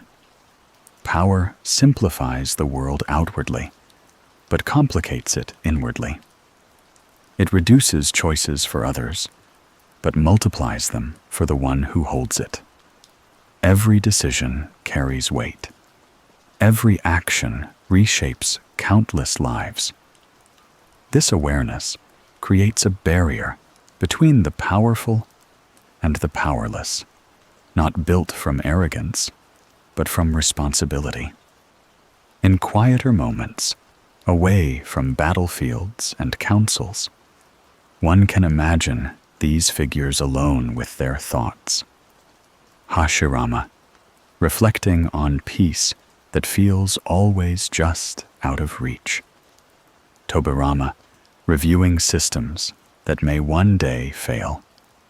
Itachi, watching from the shadows, unseen and unacknowledged.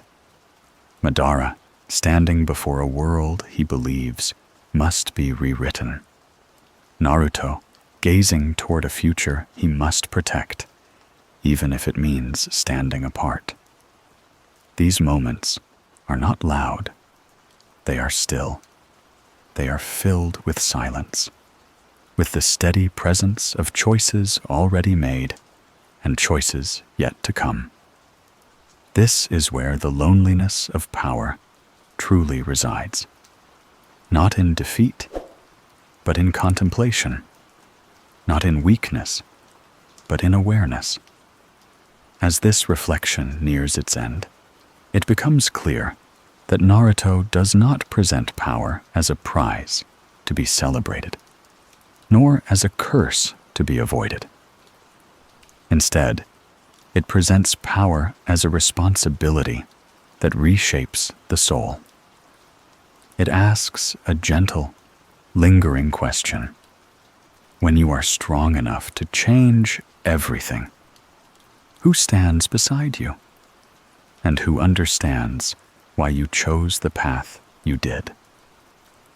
In the end, the loneliness of power is not a flaw in the system of the world.